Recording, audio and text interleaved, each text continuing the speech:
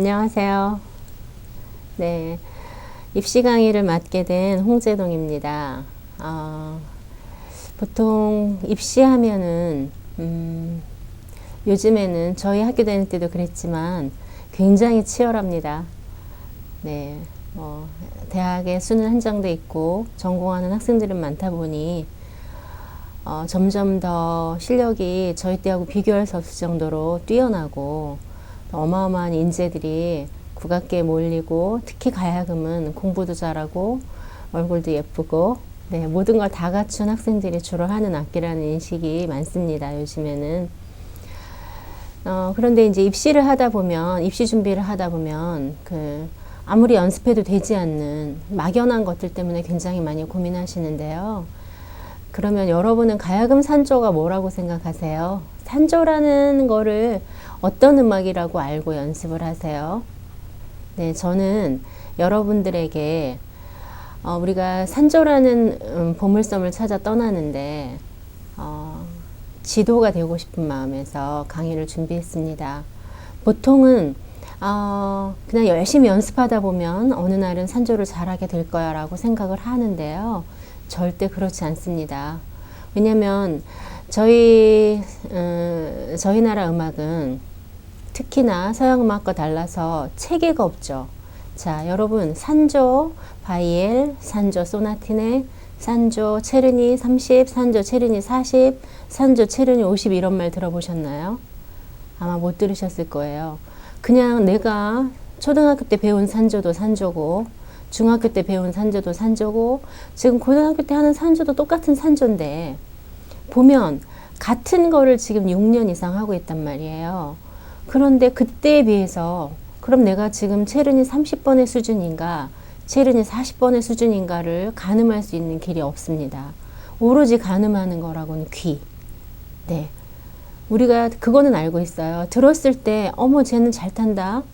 쟤는 좀 모자라는 것 같아. 어머, 이 소리는 참 좋구나. 이 소리는 참 안 좋다. 이렇게 귀로는 들어도, 그러면 어떤 소리가 테크니컬한 소리고, 어떤 소리가 됐을 때 잘한다 하고, 어떤 소리가 체르니 30번의 소리이고, 어떤 소리가 체르니 50번의 소리인지, 우리나라 음악은 특히 산조는 그거를 수치화하고 계량화할 수 없습니다. 네, 여기에 가야금 입시에 슬픔이 있고 분노가 있죠. 아무리 연습해도 안 되는 거. 어제 한 거를 어제 100번 타서 오늘 100번 타고 내일 100번을 타도 그다지 테크닉이 나아지는 것 같지 않는 답답함. 네, 그게 저는 여러분이 가야금으로 대학을 가는데 특히 대학 입시곡이 산조죠. 그거의 키워드라고 생각합니다. 자, 그러면 산조란 무엇인가? 여러분은 산조가 무엇인지 알고 연습하시나요? 산조가 뭘까요? 네, 한문으로 알고 계시나요? 흩어질 산에 조조자를 쓰죠. 자, 산조라고 하는 것은 생긴 지 얼마나 됐는지 아시죠? 수업 시간에 배우셨죠? 네, 산조는 만들어진 지 100년 정도밖에 안 되는 컨템포러리 음악입니다.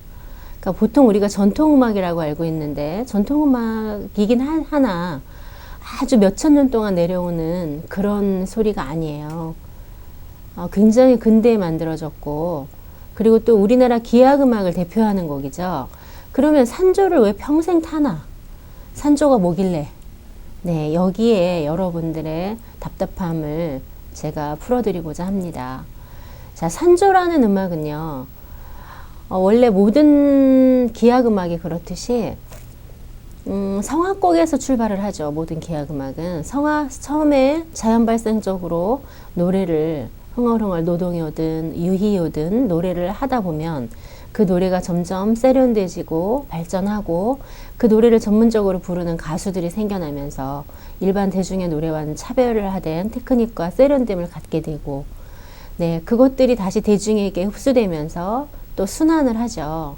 그럼 대중의 요구는 점점 더 높아지고, 그러면서 초기에 악기들이 나오고 악기들이 성악곡을 흉내내기 시작하고, 그러면서 악기는 또 악기대로의 나름의 발전을 거듭해서 또 기악곡이라고 하는 장르를 형성하는 거죠. 저희 가야금 산조도 마찬가지입니다. 굳이 가야금에만 국한시키지 않아도 산조라고 하는 음악은 성악곡의 발현입니다.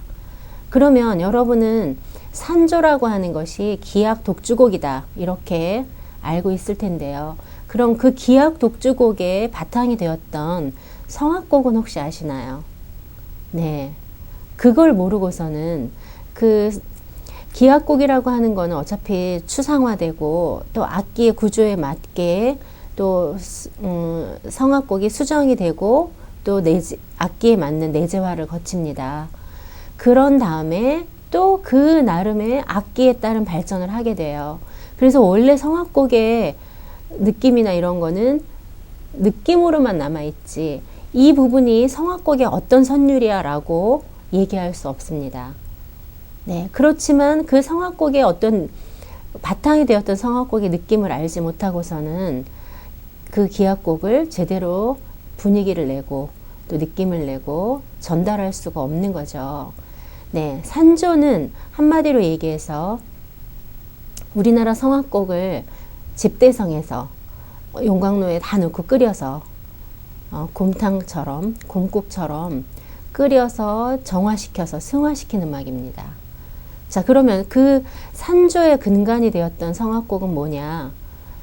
판소리를 들 수 있죠. 가장 대표적인 걸로는 네, 판소리의 음악어법, 판소리의 장단, 판소리의 조, 판소리의 이면, 판소리에서 요구하는 다양한 음악적 요소들이 가야금 산조에 녹아듭니다.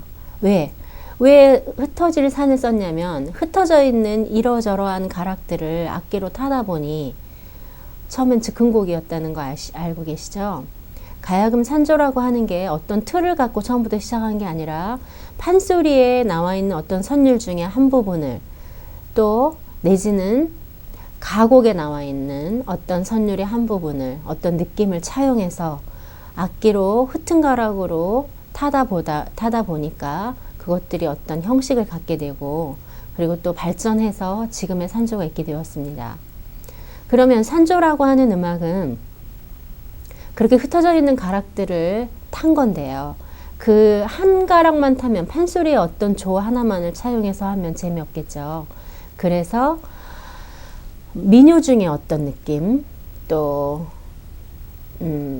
가곡 중에 어떤 느낌 가곡이라는 노래 아시죠? 네. 그래서 가곡, 민요, 판소리 중에서도 자, 계면조, 우조, 평조 이런 것들을 도입했고요. 그 다음에 판소리에서 쓰이는 다양한 장단들 진양조, 중머리, 중중머리 또 굿거리, 자진머리, 휘머리 이런 장단들을 사용해서 음악을 만들었습니다. 그렇게 해서 처음에는 초기 가야금 산조는 한 진양 6분, 중머리 8분 내지는 중머리 5분 이렇게 짧았어요. 그런데 그 짧은 산조들이 변화의 변화를 또 작곡의 개념으로서의 류의 발전이 되면서 지금의 40분짜리, 50분짜리 산조가 된 거예요. 네. 자, 그러면 여러분이 가야금 산조라고 알고 있는 것들의 모태가 되었던 성악곡이 곧 가야금 산조의 흩은 가락을 가능하게 했고 그 흩은 가락들이 즉흥적으로 타다가 어떤 정형화된 틀을 갖기 시작했고 그 틀이 고착화되어서 굳어진 것이 현재의 가야금 산조입니다. 그래서 진양조로 시작해서 느린 음악 진양조로 시작해서 중머리, 중중머리 또 굿거리가 들어있는 산조도 있고 없는 산조도 있습니다. 자진머리, 휘머리 또 세산조시라고 불리는 휘머리와 같은 건데요. 이렇게 여러 장단들이 딱 틀을 갖춰서 느린 음악에서 빠른 장단으로 변화하고 그렇게 해서 매짐을 하는 것이 산조입니다. 자, 그러면 정리하겠습니다. 가야금 산조라고 하는 것은 우리나라에 몇천 년 동안 내려오던 성악곡이 기악곡화된 것입니다. 그래서 여러분이 가야금 산조를 잘 타기 위해서는 반드시 성악곡을 알아야지만이 가야금 산조의 어떤 느낌을 제대로 정확하게 표현할 수 있는 것이고 그것들을 제대로 표현할 때 같은 산조인데 누가 타는 산조는 정말 느낌이 좋다고 하고 어른들 말씀으로는 성음이 좋다 하죠. 누구 가야금 산조는 참 성음이 좋아. 이렇게 얘기하고, 또 그 이미지, 그 이면의 소리의 느낌을 알지 못하는 학생이 타는 산조는, 잘 타긴 하네. 노력했네. 라고 밖에 칭찬을 안 하죠. 네, 여기에 여러분, 여기에 가야금 산조의 비밀이 있고 열쇠가 있습니다. 네, 가야금 산조는 지금부터 만들어진 지 한 100년 정도밖에 안 된 근대 음악이고, 성악곡을 모태로 만들어진 음악이라는 거, 여러 장단으로 짜여져서 만들어진 음악이라는 거, 그리고 산조에서 요구하는 바는, 자, 산조는 천상의 음악을 노래한 게 아닙니다.